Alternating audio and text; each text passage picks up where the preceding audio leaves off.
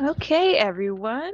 Thank you all for coming in. My name is Dr. Tori Reynolds, and I am the Director of Guided Pathways for the North Carolina Community College System.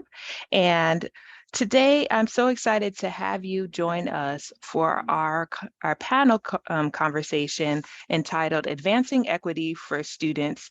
And today we're going to learn a little bit about how we can all be individuals who advance equity and allyship to students, and no matter where they come and no matter how they present. And we have a wonderful panel who will be leading this discussion. We have Dr. Juanes Ramirez from the CFNC Statewide Spanish Services Representative. We have Dr. Taylor Newton from Lenoir-Rhyne University, Dr. Dustin Evatt-Young from Western Carolina University, Heidi White from Durham Technical Community College, and Dr. April Query from College Foundation of North Carolina, CFNC. I'm going to turn it over to Dr. Ramirez and the wonderful panel. And as you know, we're recording, and this later will be posted to our YouTube channel, which I will place in the chat so that if you have colleagues who weren't able to make it today, you're able to refer them out so that they can also become allies. Thank you so much. And Dr. Ramirez, you have the floor. Thank you very much. Welcome, everybody. Buenos dias. Good morning. It's so exciting to be here with you all, sharing this important space and time to think about a topic that is really, really important to us. My name is Juanes Ramirez. I represent CFNC en Español. I have been in this role for about a little bit less than 3 years. And since I started, we started collaborating with the North Carolina Student Success Center, thinking about topics that would be important for our community to be represented. And so for the last a little bit less than 3 years, we have done that. We have done that in a series of workshops. The last workshop that we assisted and facilitated was the imposter syndrome. So if you have not seen that, that's a really cool workshop to see how we name imposter syndrome and how we can work through that. Today, we actually are moving along the same lines in terms of equity and access. And that's something really important for us at CFNC, not only for our students and families, but also for educators and those trusted influencers that support the work that we do. So I think it's really, really important. Just some logistical information. The workshop is being it's being recorded. It will be shared on YouTube. You also have the opportunity to use the chat feature. So for all of those that are in this space together, we can use that. For those individuals that are not in this space right now, you can use the comments on the YouTube channel. And really, we started this workshop with a quote from someone who says, "I am not a marginalized community. I have just been underrepresented and excluded." And I think that this really gave us the opportunity to start thinking about this topic. And so as anyone will do, you bring the experts, people that we work with, people that we are really proud to showcase as really important exemplars of allyship. So they are very different, and because they are very different and they come to you with so many good experiences, I am going to ask them a series of questions. You also are welcome to ask questions. And that's how we're going to get the workshop started. So panelists, if we can start with your name, your title, and anything that will connect you with the audience, and maybe something for fun. We can start with, let's see, Dr. April Query, since you joined us first. Would you like to start? Sure. I'm April Query. I'm the Assistant Vice President of College Access and Community Outreach at College Foundation of North Carolina, so I get to work with Juanes. I don't have a whole lot of fun things to share. I have two children, aged 2 and 5. My 5-year-old just started kindergarten, and he starts year 3 of soccer tonight. That's about all. So I appreciate being here, and I have different connections to marginalized or underrepresented communities. So it kind of depends on, which way you're looking at it and who's here and who's looking for what type of information. I have a strong connection with American Indian population and community with research that I've done, specifically as it ties to financial aid and how they come to learn about and pay for post-secondary education. I also have ties to students who are in post-secondary school who are unaccompanied or homeless. So I have some ties to that also. So I have a few different things to think about as we talk this morning. So thank you. Thank you very much. The same question goes to Dr. Dustin. Hey, everybody. Good morning. Dustin, Evatt-Young, he, him, his pronouns. Coming to you from Western Carolina University. So my background, I'm just joining faculty here at Western. This is my first full academic year jumping into full-time faculty. Previously, I was working in student affairs for about the last 12 years and have worked at a couple of different institutions, primarily in student engagement and leadership programs and helping to really get off the ground to launch some new DEI initiatives at the different institutions that I've worked at. So my background, is primarily my research interest in my doctoral degree, and even my research interest now is focused around critical perspectives of leadership. My role here at Western is an assistant professor of higher education, so teaching in the higher education student affairs program, but also serving as the program director for the undergraduate leadership minor. And so my background, kind of entry point into leadership, is this notion that the common thread of leadership and the common thread that has to be throughout is DEI work and equity and inclusion, and specifically looking at critical whiteness studies. So my research and personal and professional interests really focus on understanding and unpacking privileges of white people and white leaders within higher education, and how can we look at that and deconstruct and dismantle systems of whiteness within higher education. So my background, again, I mentioned this in the chat. I just came back to Western North Carolina, working up in Cleveland, Ohio. My husband and I moved up there a couple of years ago for him to get his doctorate. He's a vocal performance major, so he went to Cleveland Institute of Music up there. So I was working at Oberlin College in the career development office while I was up there in Cleveland. But yes, it feels good to be back in the South. I'm from South Carolina originally, so happy to be back in the mountains. Welcome back. Welcome back. We're excited to have you back. If we can move into the next panelist, Heidi White. Hello, everyone. My name is Heidi White. I'm the Director of International Student Services and Study Abroad here at Durham Tech. I've been at Durham Tech for about 10 years and in fact was hired right after President Obama signed his executive order for DACA. And so the whole job kind of changed slightly. And it was, an exciting time to see how that was all going to play out. And we're still waiting, I guess, to see what the future is for that. I have worked in international education at a lot of different institutions in North Carolina, working with both international students, international admissions, and study abroad.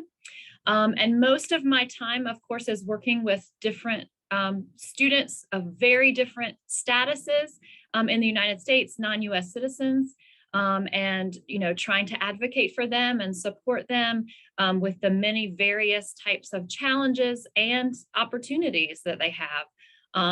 And that can vary tremendously depending on the status of the student, their history, their opportunities, and sometimes among family members. Sometimes I'm meeting with siblings and they can be of different statuses and have different opportunities. So I try to advocate for them and try to help them understand what the different policies are and how the policies might be different at community colleges from institutions, and how they also might be different in different states. So try to help them find access points to reach their goals. As far as fun things, I guess, when I am not working at Durham Tech currently, I am usually in the community teaching dance or fitness. So I teach lots and lots of Zumba classes and love to share dances from around the world. That is so exciting. Heidi, I didn't know that about yourself, and that's why we're here to have this conversation to learn about each other. So thank you very much. Dr. Newton, hello, welcome. Thank you. I'm Taylor Newton. I'm Associate Professor of Psychology at Lenoir-Rhyne University. My research interests are at the intersection of health and religion and moral behavior, but I have this kind of side passion for community engagement and community education, and have been working on developing partnerships between my university and not-for-profits in my community to kind of do good things, do outreach that benefits both the students and the community. Awesome. So as I told you, we have a panel, a luxury panel, and you can see how their experiences are so different. So we're hoping that you are able to connect with some of those lived experiences. And if you're not able to connect, that it's okay. That it's okay. That is not a requirement. You are entitled to your own experiences, and we value them and we welcome them. So please share them in the chat as well. So the first question, and I guess we'll start backwards in the order that we first started. We go backwards, starting with Dr. Taylor, Heidi, Dustin, and then Dr. Creary. Can we define being an ally, or in your terms, what is an ally for you? Yeah, it's a good question. I think one way to think about it is sharing the burden. So someone who's willing to share the burden. And for me, I'm an educator, so that means sharing the educational burden. So having representatives of different communities not always having to explain themselves or their experiences, because that's additional work. So one of the ways in which I attempt to be an ally is to share the burden of telling other people's stories.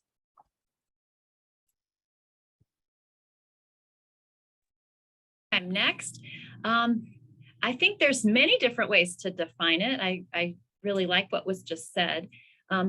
I feel like being an ally is definitely listening to different perspectives and stories, and knowing that although there might be some similarities between the stories I'm hearing from my students, there's also lots and lots of differences.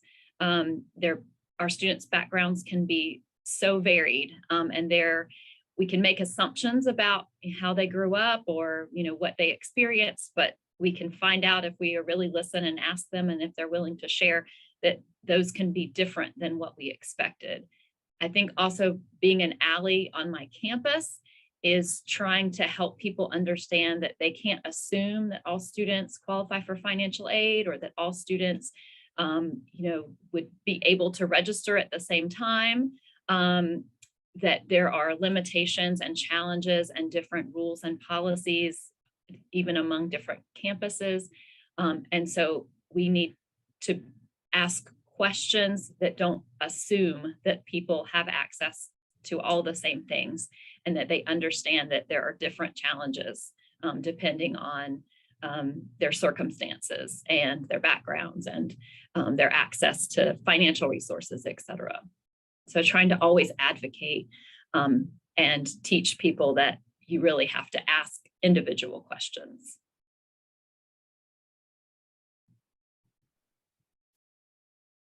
Yeah, I think for me, I think of allyship as similar to the ways I think of inclusion, and that I think of it as an active, ongoing, and intentional process, right? In order to be an ally, you have to constantly reflect on your own identities and your own positionalities and how you engage with others. So I think in order to be an ally, you have to be critically self-aware of how your own identities, motivations, values, how they show up in the world around you, and how in ways our privileges or minoritized identities shape our interactions with students, faculty members, staff members.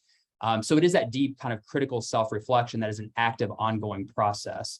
I think part of also being an ally means knowing when to shut up and when to step back, and when it's about amplifying the voices of minoritized folks, and knowing that we are not meant to, in a positions of privilege, that it's not for us to stand in the spotlight, and to be the forefront or to be the public figure of movements, of activities that take place in order to change systems and structures. So I think about allyship is really that notion that it has to be active, it has to be an ongoing reflective process.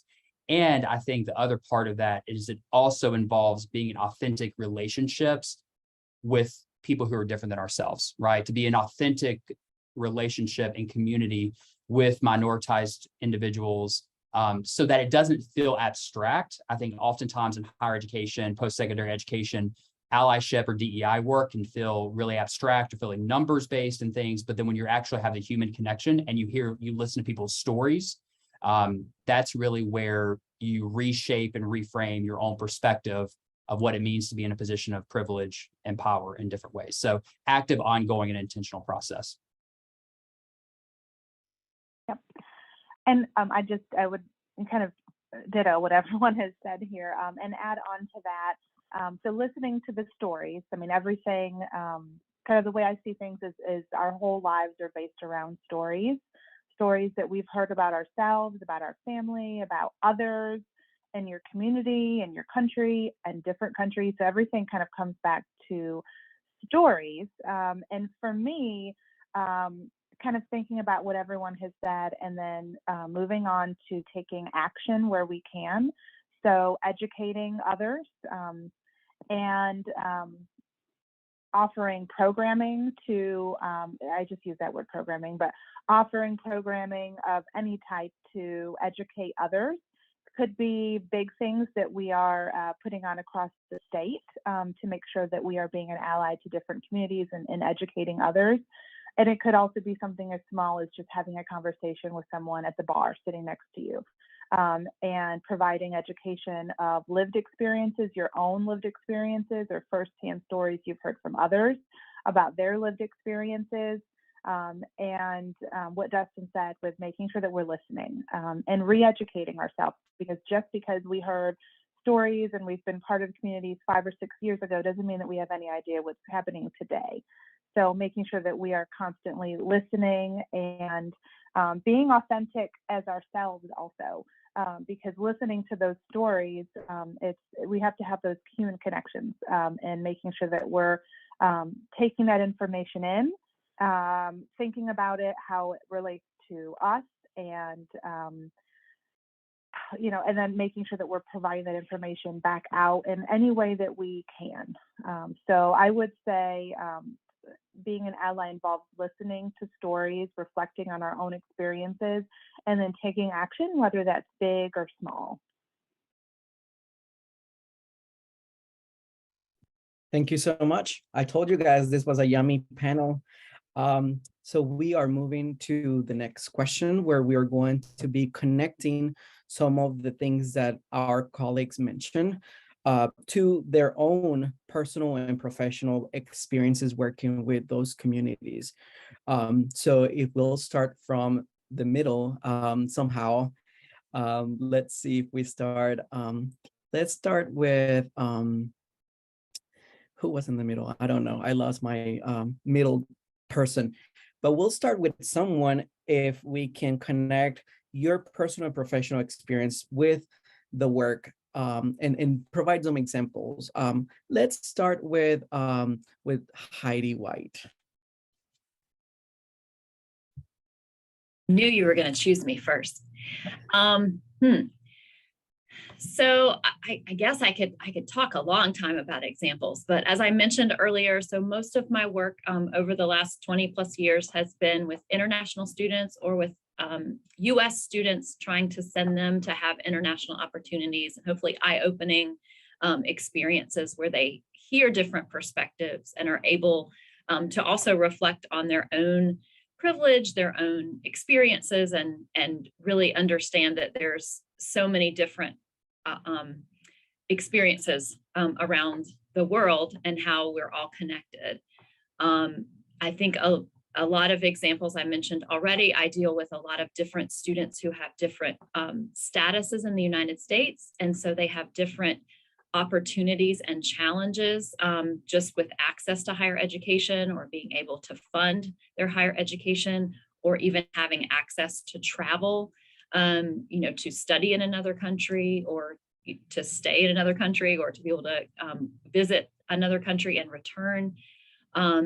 So in my current position, I have to bridge the gap between regulatory because I have some responsibility, especially for my international students, in reporting certain things to the government and also supporting the students and understanding that they're individuals and trying to support them in any way that they can, knowing their individual backgrounds and complications and things that they may struggle with because they don't have American citizenship or permanent residency here. So I'm often hearing, very, very difficult stories and struggles that students are dealing with because of the lack of documentation or the lack of access or all of the rules that they have to follow. That many of our, American students aren't necessarily having to have those struggles and don't understand those struggles. So I think that can really impact me. It can, make some days are very difficult. But it's also, of course, eye-opening to be able to try to be an ally and support those students. So I don't know if that's maybe a good example to start with. That's a perfect example. Thank you so much, Heidi. Let's move into Dr. Taylor. Yeah, I think so. One example of something fairly recently, and this is actually how I came to know Dr. Ramirez. I worked with a colleague to offer a community-based class on race and racism in America. We approached this topic from lots of different disciplinary perspectives. So everything from biology to education to history. So really very different perspectives coming to bear on this really important topic. And I'm white and my co-teacher is Black. So when we were planning this class, one of the things that we talked about doing very intentionally was we used the class and it enrolled more than 900 members of the community. It was very exciting for a whole semester. So we got together every week, we were having conversations, there were materials posted online for engagement, students, community come together. It was great. But one of the things that we very intentionally did in designing the class was providing space to platform people. so that giving us the opportunity for people to share what they know from academic disciplines, sure, but also from their own experiences. So that was a key component of the class. And then my own role that I took on very intentionally was an attempt to be vulnerable about like my positionality and what I knew and what I didn't know, and trying to model some of that intellectual humility, asking questions, having difficult conversations and like pushing through that. That was one of the things that we really wanted. And so my co-teacher and I both did that, but as a white person, I was able to do that in a different way. That was based on conversations that we're still having. We still have these long email conversations with members of our community about different aspects of the class. That was valuable in a way. We had very different perspectives of people who were enrolled in the class.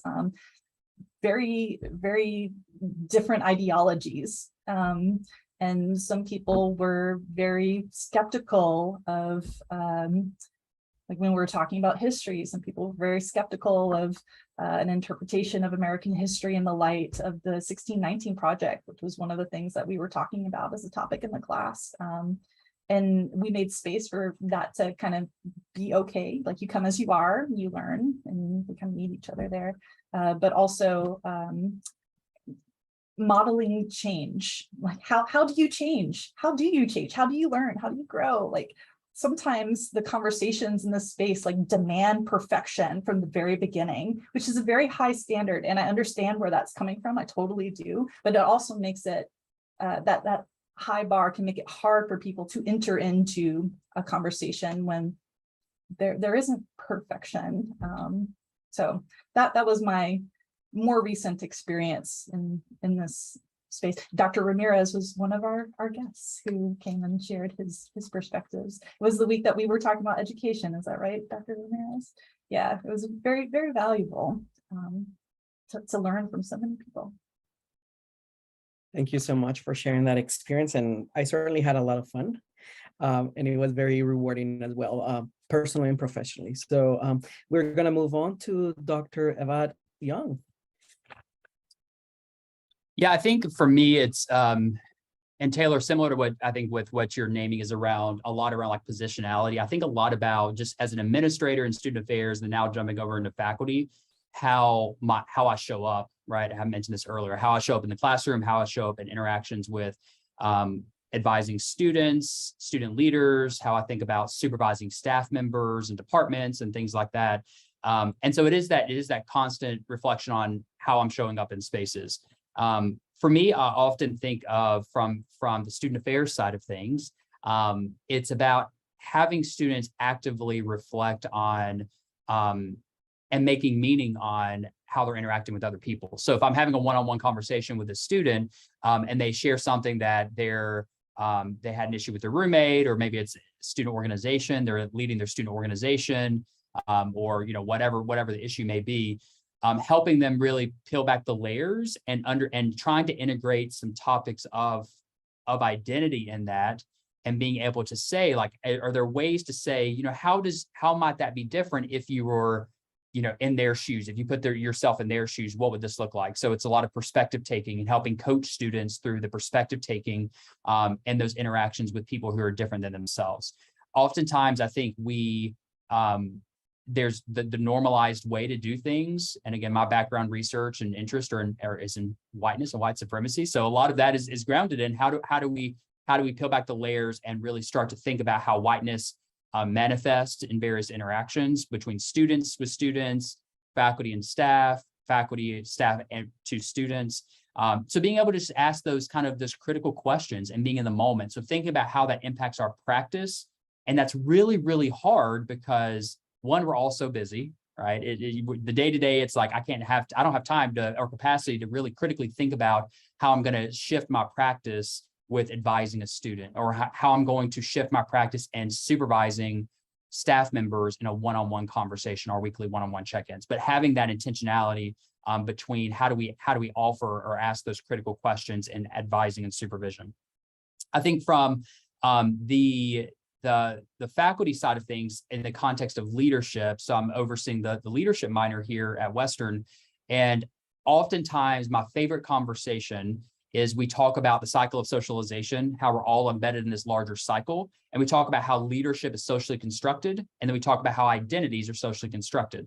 And how do we then merge those two to then lead towards becoming a change agent? Because that's a lot of what we talk with our student leaders about, kind of in the shift in what it means to be a student leader, or what leadership means to be transformational or transformative or becoming a change agent. So how is identity work embedded within all of that? And how are we all socialized in this larger system and structure that is perpetuating, in many ways, perpetuating normative behaviors? And so I talk with students a lot about DEI work has to be both individual, has to be deeply personal, but we have to look at systems and structures and how we're all embedded within larger systems and structures.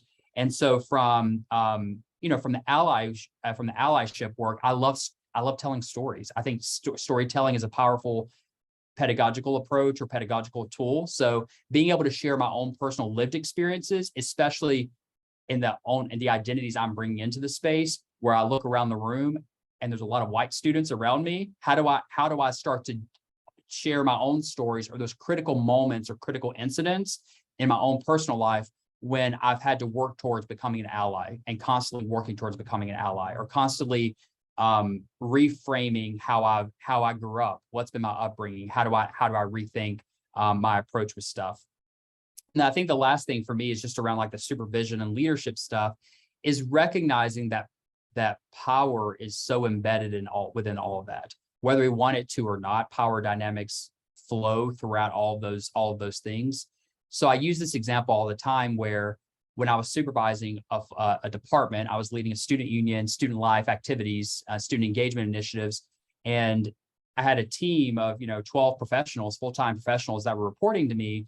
And they would come to me with new ideas, right? New programming ideas, which oftentimes was a lot of money, right? It was kind of, several $1,000s to do these large scale programs on campus.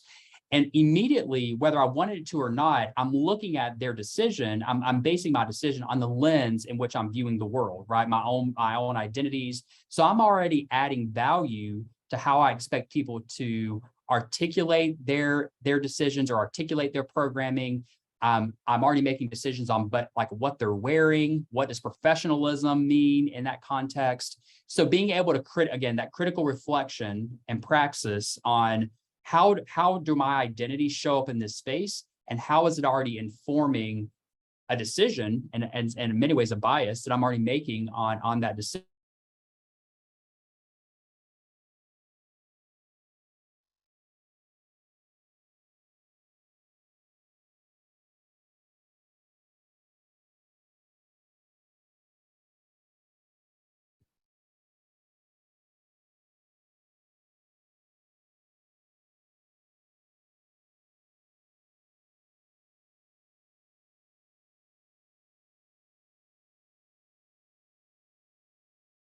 Either folks are, there we go. Okay. Are we back? Oh, okay. I believe we're back. Dustin, I think we lost you while you were engaging us in your examples. The last thing I heard was how you were describing the lens in which you make decisions and through your own lived experiences, and kind of like adding your own little thing to that filtering. Yeah.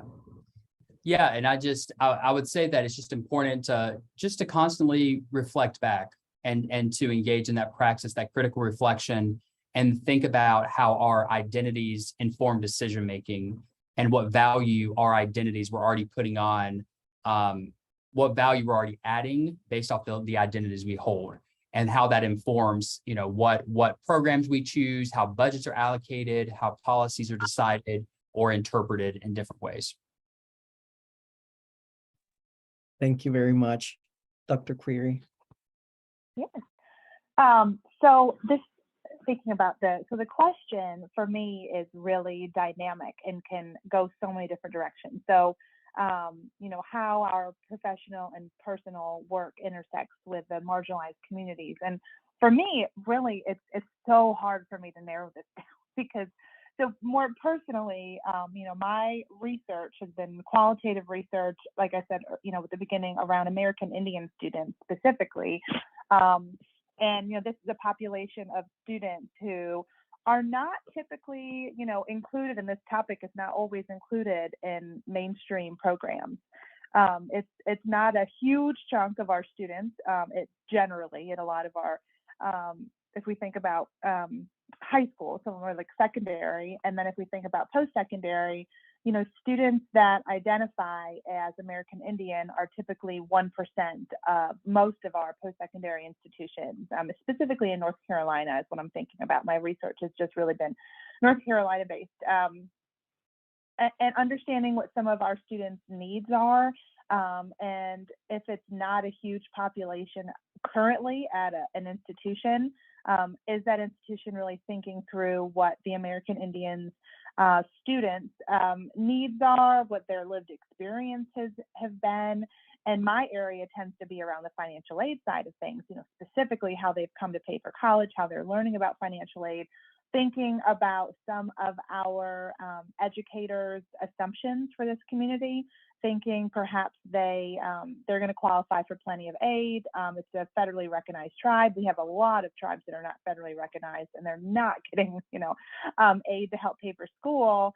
But then also thinking historically about our American Indian students and their connection to the U.S. education system. It's a pretty big history there. And if you're not digging into some of that to understand some of those things, then perhaps you may not understand a family who's really nervous if they've been selected for verification, for example.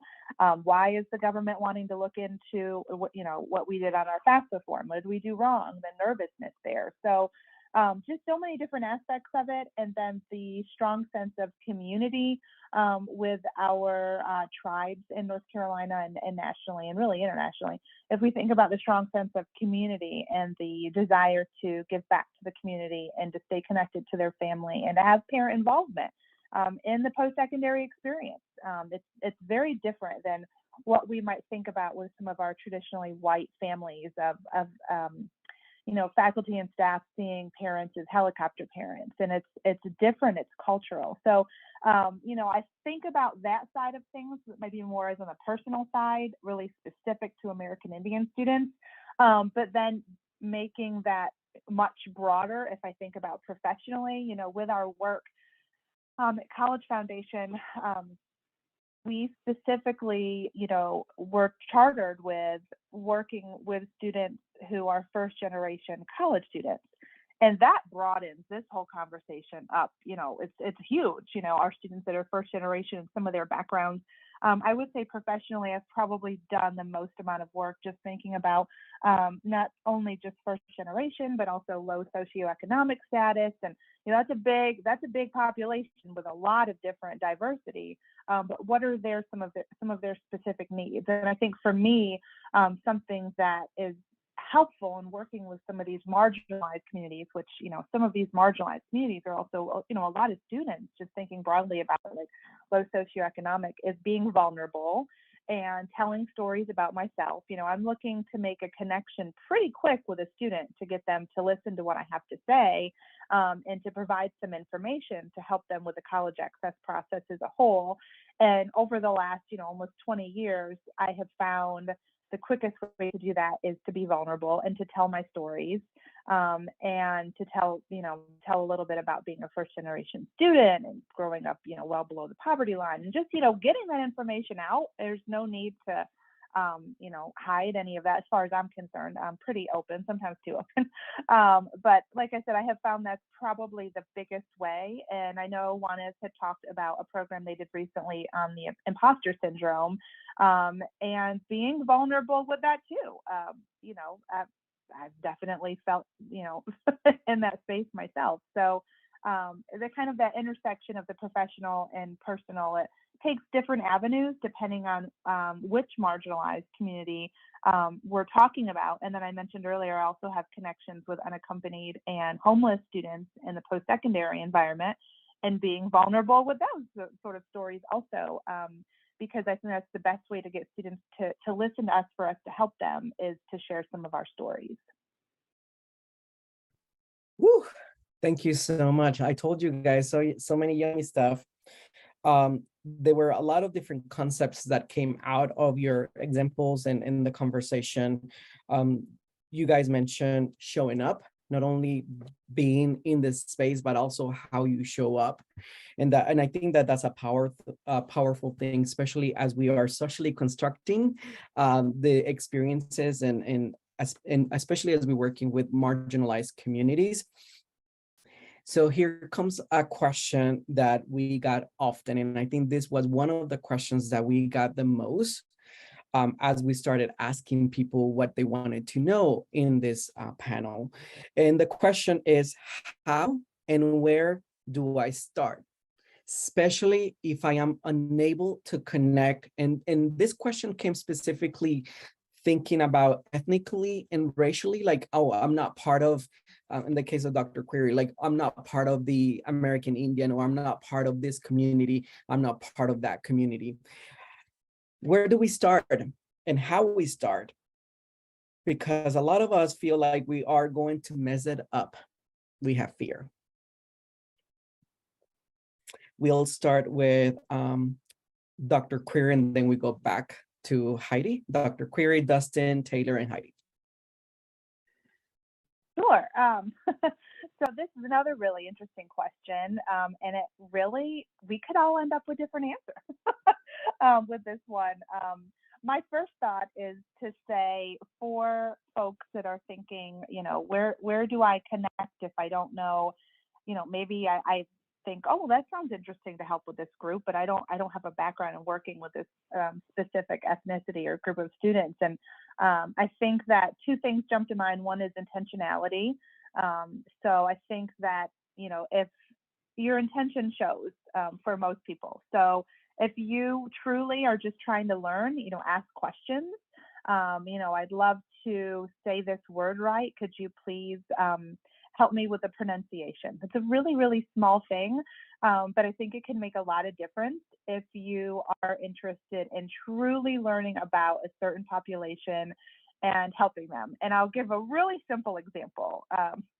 So here in Eastern North Carolina, we have Robeson County that has the Lumbee tribe, and the pronunciation of Robeson is really, really interesting. I cannot tell you how many times over the years people say Robeson, and I will correct them nicely. Along with, well, I've done work in this county for over 20 years. Locals, I'll say Robeson County, and they will proceed to override what I am saying and say Robeson County. And this is someone who's probably never even been to the county. So we can see that intentionality, right? Something really, really simple, as easy as pronunciation or asking questions. And I do think jumping in is okay also.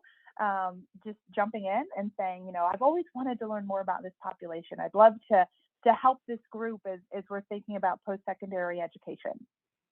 So another example of that, I know this isn't ethnicity based, but I'm thinking again, someone who's on here, one of our regional reps, Devin, and I have just jumped into trying to help unaccompanied and homeless populations on college campuses. And you're going to have a good number of folks who want to help this population that perhaps have never actually experienced it. And the only way you're going to understand is to ask questions and do some research. To just get a real baseline knowledge. I think that if there's someone who wants to jump in, you don't have to write a dissertation on, you know, said topic.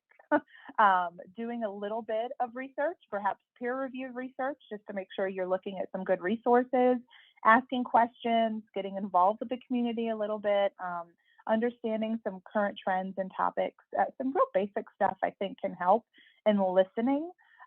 So if someone tells you the right way to pronounce something and you can't get it right because, you know, I just can't roll it off my tongue good, you know, that happens to me. But something as simple as, you know, making sure that you're listening and taking in key points, I think can be simple ways to jump in and help. Dr. Taylor Newton.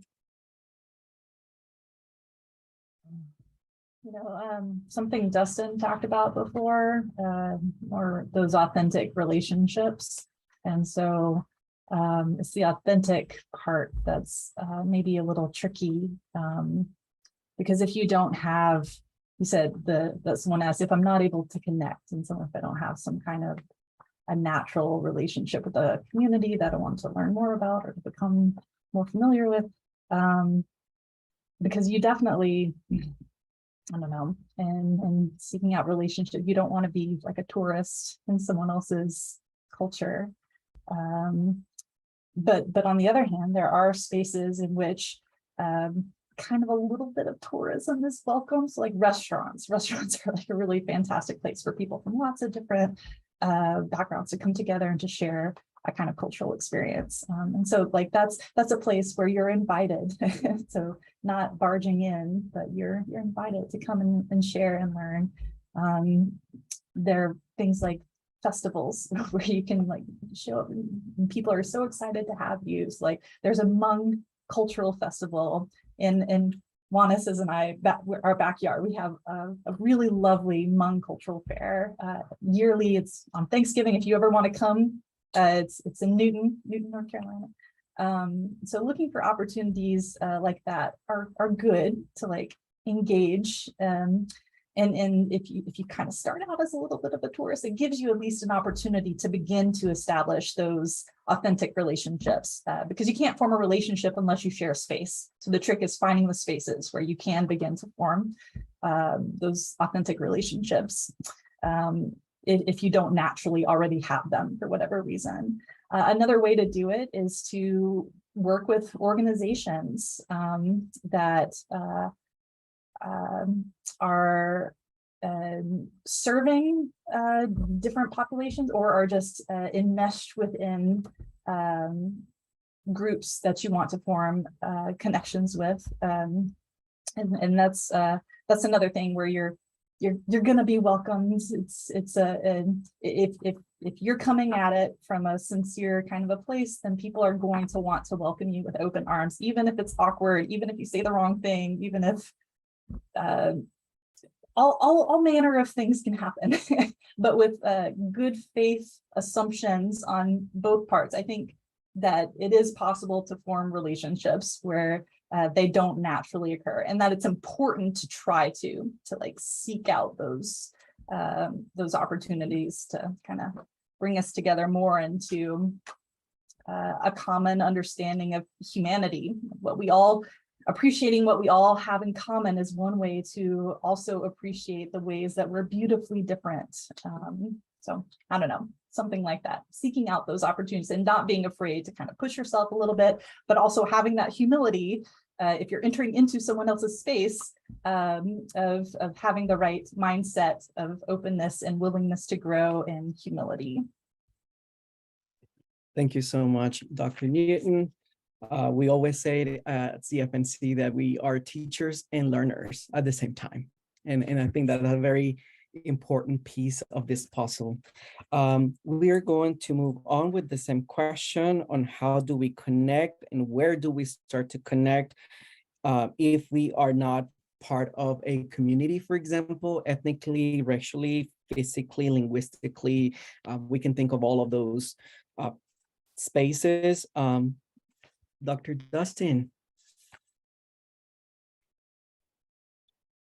Yeah, I think for, I guess the first thing I always like to start, I think about this for myself is that I make mistakes all the time, and we're all going to make mistakes. I mean, I think that's the part of the work and owning that. And I think that the first part of engaging with people who are from different racial backgrounds, racial identities, cultural, ethnic backgrounds, is to do our own work first. And we know that as educators, right? We have to understand ourselves. So rather than expecting other people to educate us, we have to then educate ourselves on what does it mean to be a white person and how do I show up in spaces? And rather than taking this approach, I think in diversity efforts, we often say, I need other people, I need to learn about the others first. And then it kind of takes us, it's an easy way out for us to have to learn about our own whiteness and critically reflect on our own white racial identity. And so I think if we own that first, I think it situates us it gives us a baseline understanding or entry point to engage in a more authentic way with folks who are different than us. Other thing I would just add to what the other panelists were sharing is that to not dismiss those informal interactions. Right. I think often on a college campus that I love like going through the student union, like engaging with students.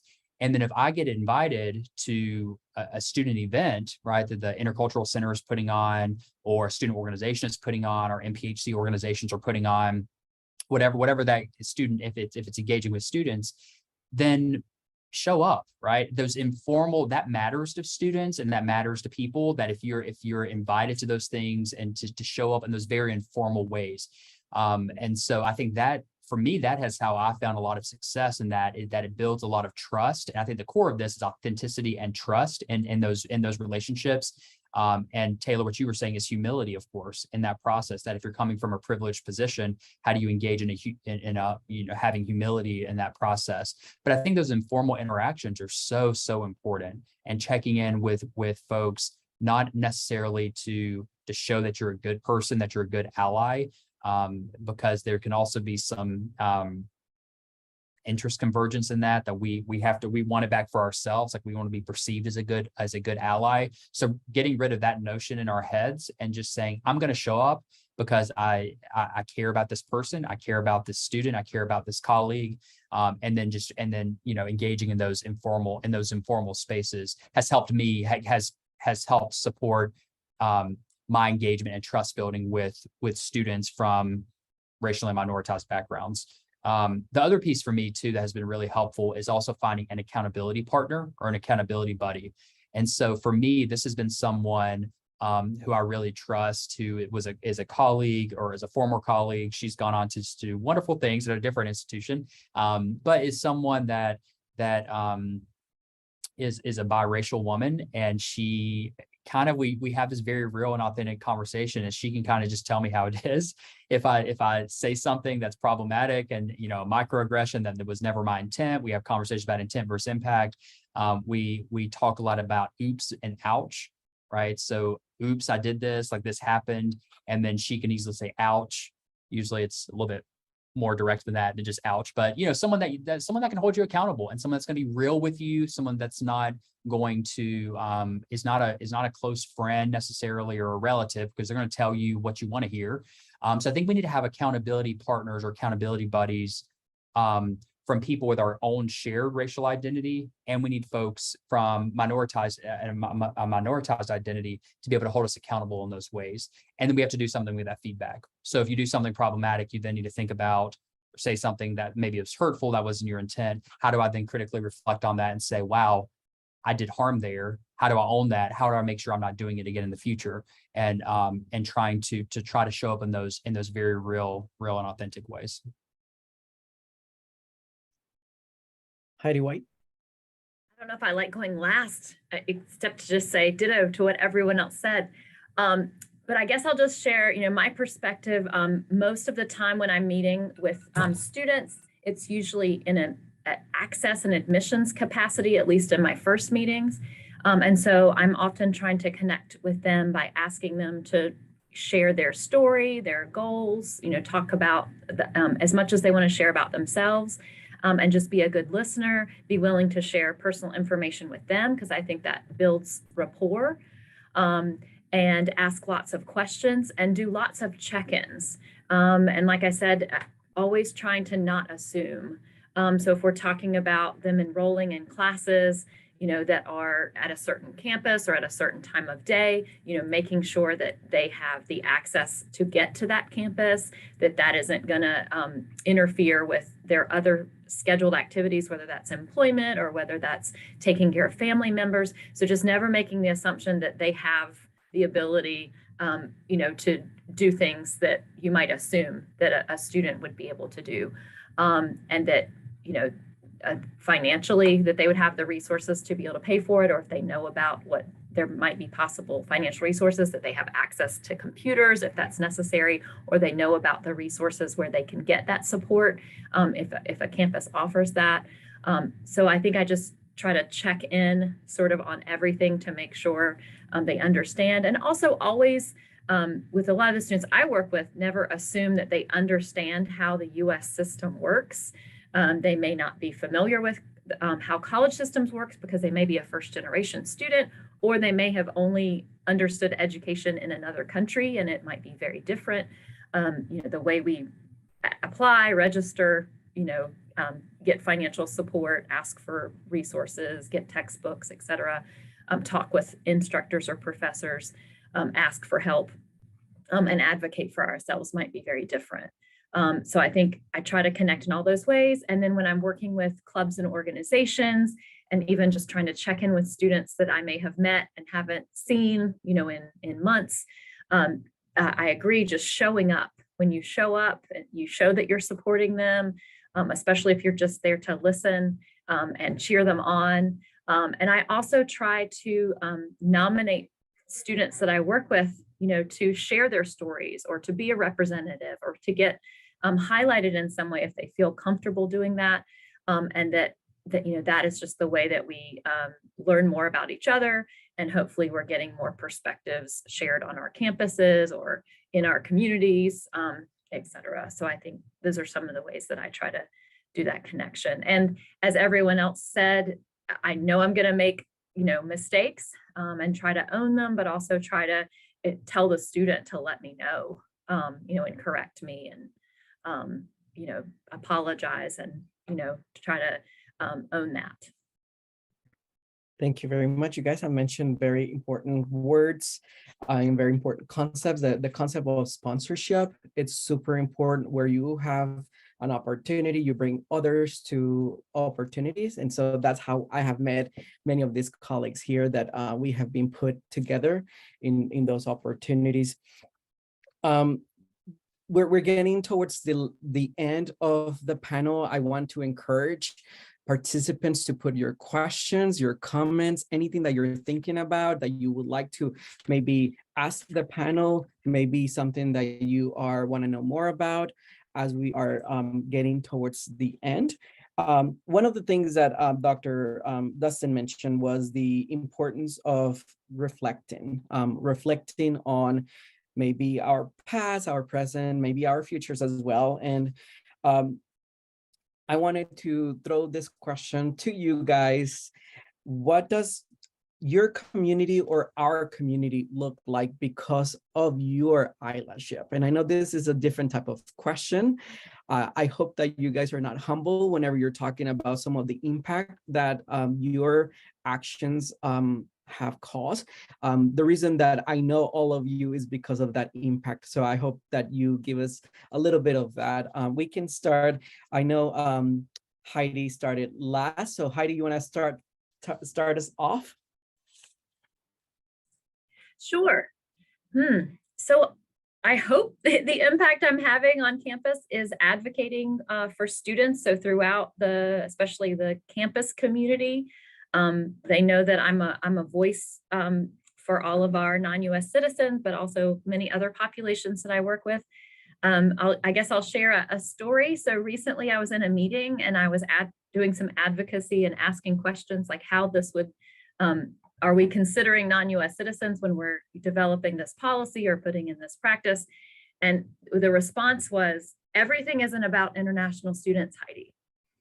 And I said, well, that's true, but it's my job to continually advocate for them because they're continually not thought about. And I hope that all the other departments that represent different types of students are also doing that advocacy work. And I hope we advocate for each other, but I'm going to continually keep saying, don't forget about the non-US citizens. Don't forget about the students who don't have social security numbers. Don't forget about, because they are part of our population.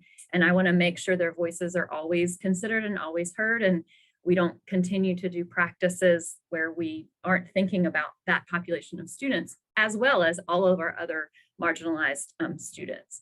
So I think the person who said that meant it in a negative way, but I tried to take it in a positive way, that you're never going to not hear my voice advocating for those students, because that's my job. But also, none of those students are here to advocate for themselves. So we have to advocate for them and continue to advocate for them, even when people get tired of hearing about a specific population or a specific group.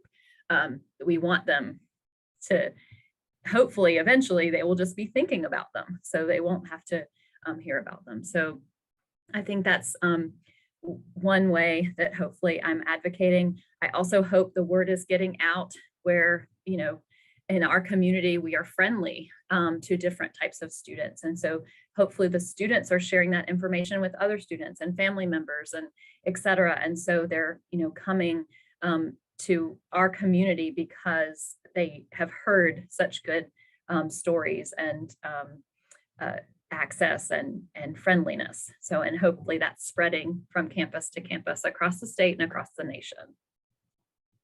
Thank you very much, Heidi. Dr. Query? Yes. So I think one of the things that Heidi said was just representing voices, and I'll add stories to that because I like to add the word stories to a lot because I feel like that's everything, is advocating and representing the stories that we have heard. And I really like what Heidi said about making sure that we're mentioning certain populations and not caring if somebody else gets tired of hearing it, which part of that maybe comes with age. I just don't care what anyone thinks anymore. But, talking about certain populations, making sure they're brought up over and over again. And even while others may think, gosh, we're hearing about that again, doesn't matter if we're thinking about, a certain topic and I want to make sure that we're including it and talking about it. I know what I'm going to call Heidi for. She has a lot of knowledge and information, and, she's going to be the best for a certain topic, to make sure that she's bringing that, and trying to remember, make yourself kind of known for a certain topic, so that folks know that, you're going to bring some information about, whatever that is. So representing groups, hopefully, and their stories, and advocating for them. And another thing that I'll offer, that I hope is what I'm for, that might be a little different from what everyone else might say, is the idea of leading by example. That's pretty broad. And I think about that with just college access as a whole. So if I'm in a classroom working with students, secondary, or just kind of thinking about high school seniors, or maybe, young post-secondary students, is offering my story of, here's my experiences, here are my lived experiences, and here's where I am, all odds perhaps against you. And so leading by example in that manner, leading by example maybe in my home, and then also, with work, I have an excellent team of folks, and trying to make sure that you're showing that the work that needs to be done in relation to marginalized communities, to relation to students that are first gen, low socioeconomic status, homeless students, that you're willing to jump in and do work advocating for those students, and listening to stories, and leading in that sort of direction also. So, that's my side of it, I guess.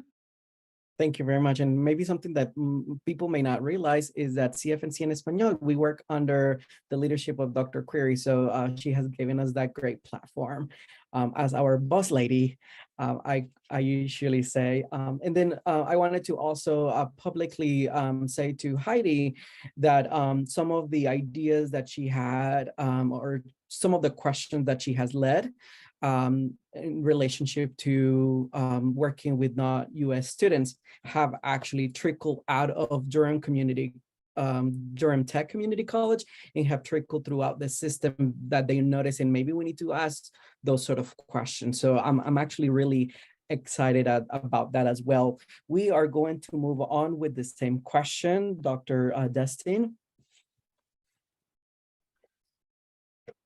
I think of this in the concept of belonging, belongingness. We talk a lot in higher ed, post-secondary ed, about helping students find their place and sense of belonging and connection. I think, for me, it's how do I, as an administrator, as a faculty member, how do I remove barriers to access? And I think we have in our leadership roles and positions that we have the power to place barriers in students' ways. We have the power to remove barriers. We interpret policies in different ways. And so again, it's about that constant ongoing process to say that if I'm truly creating an equitable and accessible experience for students so they can find a deep sense of belonging on campus, it's about, one, meeting them where they are, recognizing them in their whole authentic selves of who they are as people, their identities, what they believe in. How do you then uplift them in those ways? And so that, that there's times where I've had to think about in the student affairs role formerly, was thinking about how do we do budget allocations, right? Of recognizing that certain groups from minoritized student groups or multicultural student organizations don't have the same amount of funding because if it's based off the number of students in that organization, they're never going to raise enough money compared to their counterparts at a PWI, right? If you've got more students involved, white students involved, 50 students in this group, and you've got a group of 10 students in a multicultural student organization, the funding is never going to be there because they don't have as many people to raise the funding. So I have then a choice, right? We all have a choice, but to consciously be aware of that and think about the policies or think about the decisions that inform that, and how do you divert money from your budget, from the student activity fee money or whatever the funding's coming from, to divert money in that way? Or how do you embed it in your policies around allocations of funding there are times when I was working at App State that we would rethink how we were allocating student activity fee money to student organizations. And we were intentionally embedded works to say, if you're doing work related to DEI, that you were eligible for more funding, or if you were collaborating with a multicultural organization to uplift multicultural organizations on campus. We all have responsibilities in that. And I think fiscal responsibilities is an important piece. I also think about assessment and data very practically. And, when we're in meetings, committee meetings, we're doing annual reports, or, you're reporting back to your vice president, vice chancellor, whoever, it's important to always disaggregate the data and to actually really zoom in on how different students, minoritized students, are experiencing the college campus and the campus climate. So are we kind of just holistically reporting data to say this is how all students feel, or are we actually disaggregating the data, segmenting it out to where we say, how are our Black students on campus feeling this? How are just our BIPOC students feeling about this issue? How are they feeling about student success? We have certain data points and metrics we report on, but like actually digging into that, the student experience, I think is really important. And then I think the other thing I would just add, last thing, is just, I mentioned this earlier, just about amplifying voices of BIPOC folks, right? Students, colleagues. How am I getting out of the way, right? How am I supporting or challenging and I think about this in context of race, how am I challenging my white counterparts or white peers because I think there's a lot of work that has to be done there, and white folks, white leaders challenging or challenging each other in different spaces. How do I challenge my white peers to just shut up and just get out of the way in committee meetings, and to also add value rather than saying, well, I'm not sure about that. Like, is that really how people are experiencing this, the campus, rather than always looking at it from a deficit approach or devaluing the lived experience of BIPOC individuals? How do we uplift, how do we affirm those experiences? And not only making sure, because we're guilty about this all the time in higher ed, certainly like search committee meetings and just committee meetings in general, we tokenize BIPOC individuals or minoritized individuals, LGBTQ plus individuals, whoever, to serve on committees, but really don't value their opinion. Like, at the end of the day, we don't often, like, I've been in so many committee meetings where it's like, thanks for being in the room, but you're at the table, but your voice doesn't matter. So how do we really, really, really integrate that and value that, and making sure that we're okay with disrupting and being okay in disrupting norms, and being okay that some of the conversation is going to be really icky, and it's going to be kind of not what we want to hear as an institution, but we have to have hard conversations, and there's crucial conversations in spaces. Thank you so much. Dr. Taylor, if you have anything that you would like to add. So I'm so glad that you folk are doing this work out there. My part of it right now, Dr. Corey, you referenced this kind of the connecting different pieces, right, across groups, right? And I think that's one of the really lovely things about work in this space, is if you have someone who cares about the dignity of people with one identity, you probably care about the dignity of people with other identities too. And so the connectivity across different organizations, it's just lovely. So like this morning, I was working with our student health center in helping them to say, oh, this is the right not-for-profit to do this World AIDS Day movie screening. And I'd met one group in the context of doing advocacy around the area of race, and this other group from working with our local soup kitchen. So like, on the face, like by their time, they're different groups, but they share interests and passions. And so I think that those social relationships, which all of you have really talked about, like that's been one of the true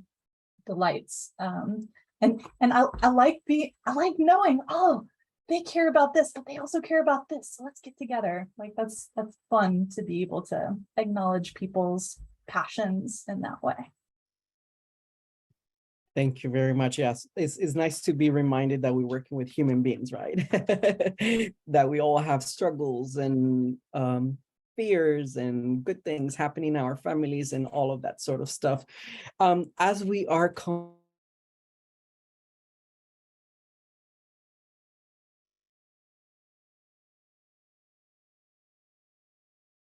challenges too. That's important.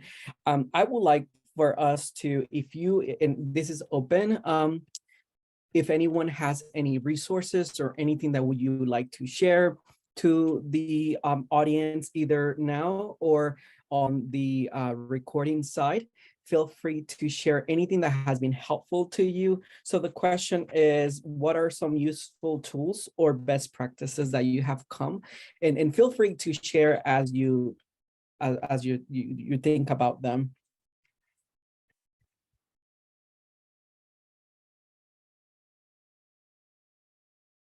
Maybe I need to pick someone.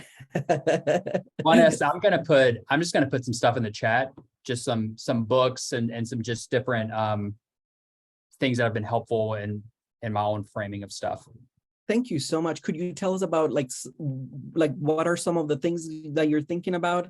Yeah. So it's so two books in particular around, I mean, and I know this is becoming popular, D'Angelo's book around why fragility. She also came out with a new book this year on nice racism, which I'm in the process of reading now, and I is really getting at notions of white progressives, and that white progressives is good white people and engaging in anti-racism, thinking that we've arrived to some magical destination.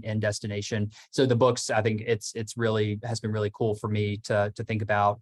Another book is it's called I'm Still Here, Black Dignity in a World Made for Whiteness. Austin Channing Brown is really meaningful. It's a memoir about her experience as a Black woman and growing up. And she talks about growing up in Northeast Ohio and things like that.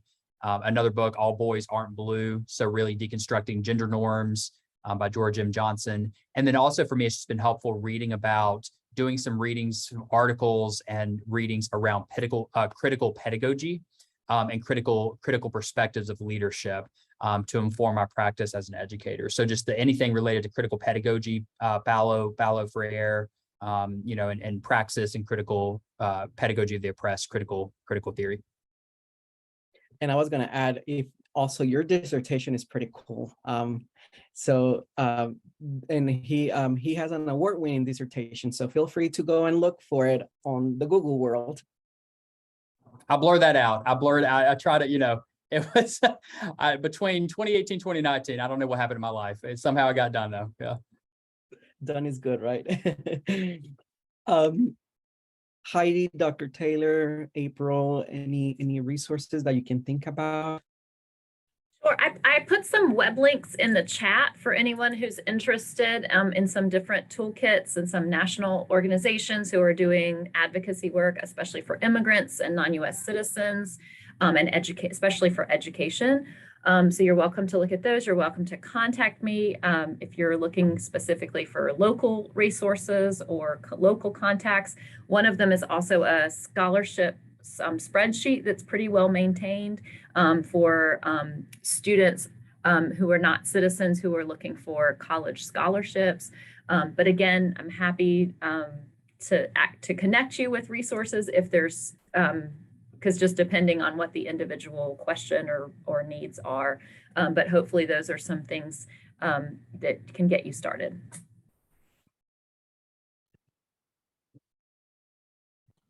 I put a link for that class on race and racism that I mentioned earlier that contains a lot of very good resources from 14 different college professors and 12 different community, or no, not 12, 17 different community guests, experts who came and offered their perspectives on from different disciplinary perspectives, and it's kind of organized by topic. So if you're interested at all, it's a nice place to start.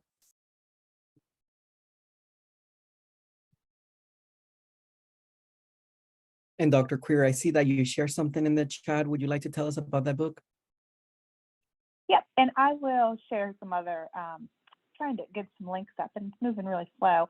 But just thinking in general, Thomas King is an author who I'm sure I've seen how you guys, he just has got some fabulous stories, like The Truth About Stories, and some of his books are really interesting. And simple ideas like what does an American Indian look like? What do they look like? I mean, I can't. There's just so many times where people it doesn't look like an American Indian. Well, are you thinking about Western movies? Is that what you're thinking about, from how many years ago? How are they portrayed in the media? So just kind of has a little bit of self-reflection in there, and also some comedic stories. He's got kind of a comedic side. So it's an entertaining read. And then I'm going to share some other links also. Unfortunately, if I think about my specific topic, American Indians and financial aid, there's not a whole lot. There's not a whole lot out there to give you. But I put some resources over, and I know I talked also about homeless and unaccompanied youth. So we've got some resources with CFNC that I'll send over if I can ever get them to pull up.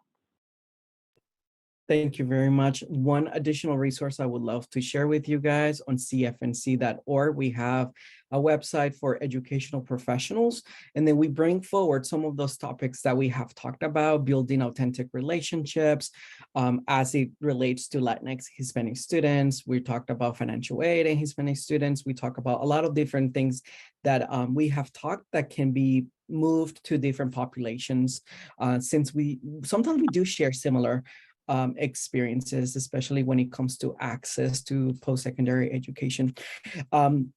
So this is the time where we ask you, the audience, if you have any comments, any questions, anything that you would like to ask.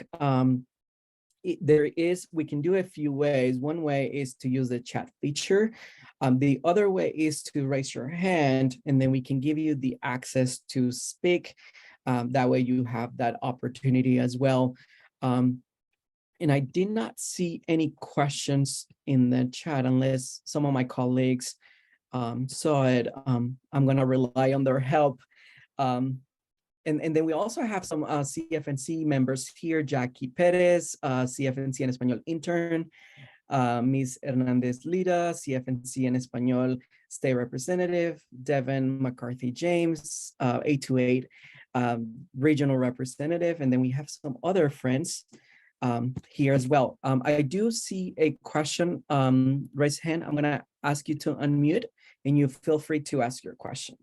Hi. Oh, let me put my hand down because I always forget. So my name is Shivy Williams. I work at Royan Cabarrus Community College, and not in my full-time role, but I sit as the co-chair of our diversity and inclusion committee. So I was running a little late to this meeting because I was trying to help a student that did not show up, but that's okay. But I just want to thank everyone for the information that you did share, because I'm always looking for information to share. We send out a weekly email to faculty, so I'm always looking to collect anything that's diversity and inclusion, and especially like, at least for myself, like, I don't know a lot of what other groups struggle with when it comes to D&I. So for example, when it comes to someone that is Native American, right? So I don't know that. I know what I know about my own, and sometimes I don't even know that either. So I just wanted to say thank you very much for that. In the chat, I'm gonna post, and I think Flora left now, but this is our third year having a diversity and inclusion conference.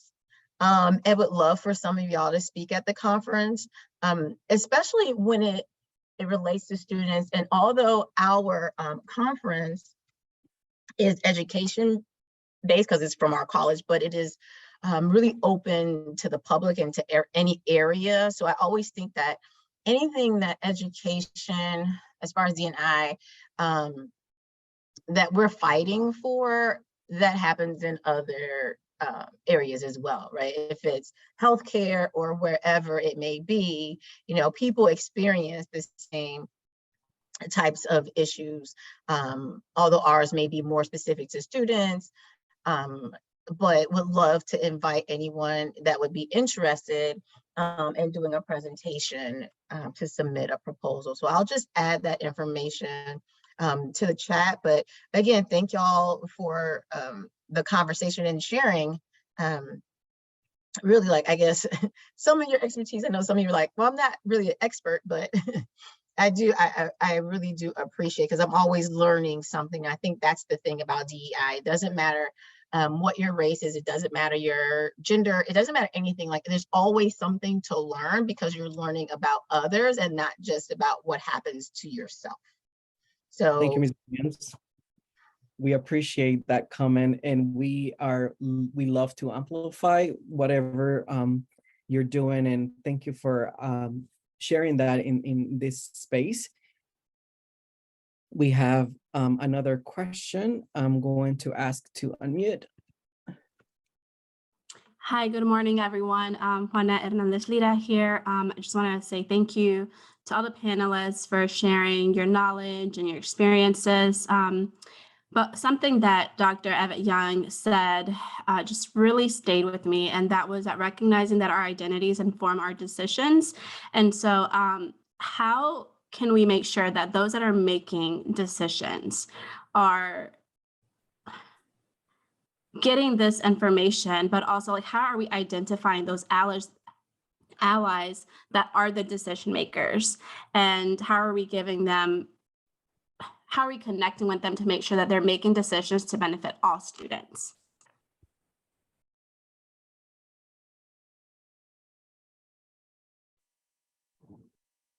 I'll just share my own quick initial thoughts. It's funny. I had an interesting conversation. I was teaching a class yesterday for the grad students in the HESA program here at Western, the Higher Ed Student Affairs program. And we talked about is the organization, admin, and finance course. And we're talking about who's an administrator and where does decision-making come from? And, there's oftentimes this notion that an administrator has to be a director, vice president, and above. And then we define what does it mean to be an administrator kind of broadly. And it's recognizing that we're all part of this larger system and structure, and that whether you're a coordinator level position, you're an assistant director, you're a director, you're a VP, we all can inform decision-making in our individual ways. I think where we start to see, and organizationally or at institutions, where we start to see a shift is where we start to build some coalitions, and so it's coalition building, or building up some having conversations to say, hey, I'm like on my individual level, I'm seeing this happen in real time, right? If you've got this lens, it's that critical lens, that critical theoretical lens that we all have, whether it's critical race or whatever we're using. But if we're using our lens to say, how is this decision equitable for all students, or is it not equitable? And then recognizing that in our own role within our institution, and then trying to start to connect the dots. If you're starting to see patterns and to say like, hey, this impacted students in a very real way, how do we start to work with it? It's this notion of working within the system. So being an insider, working within the system, or being an outsider, and all that, that's a whole different conversation. But how do you start to see patterns of behavior in that informed decision making? And then what can you then start to have influence to make that change? And so if it's happening to students and you're an administrator overseeing a budget or informing policy or whatever your role is, then we have some ownership and to change that. If you're noticing that it's happening at the departmental level or the divisional level, I think it's then about how are you then pulling in allies? How are you finding people, quite frankly, who are like-minded, who have a critical lens and who have some, this is part of the politics of higher ed, right? That have social capital at your institution. How do you get those people who have social capital at your institution to say, hey, I'm seeing this in real time. How can we work towards dismantling this? Like, it seems like there's an inequity there. And so I think it's about being politically savvy, which is unfortunate because it's a shame it has to be like that, but recognizing who has social capital, who are those key, who maybe doesn't have a title or positional power, but is also key folks who can help you move things forward in different ways. So I think it's about that coalition building. I think it's about recognizing, finding those partners who have like-minded, who can help shift that culture, and recognizing that takes time, right? That policy decisions are going to oftentimes take a year to a couple of years to actually see that benefit come full circle.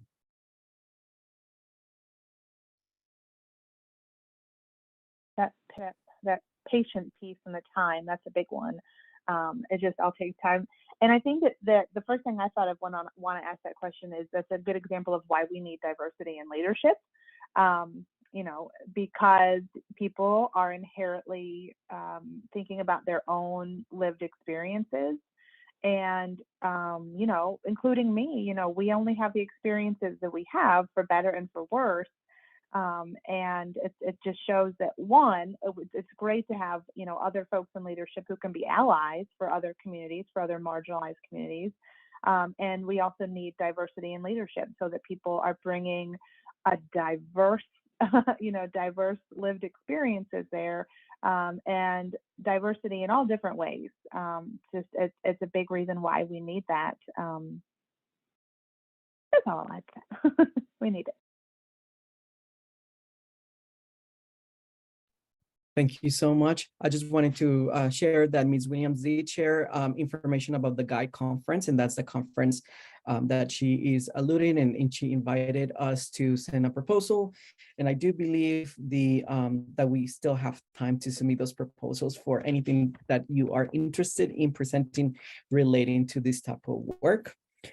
We are coming close to the end, but it has been a privilege to share this space together as we think about how do our communities can look like with our support.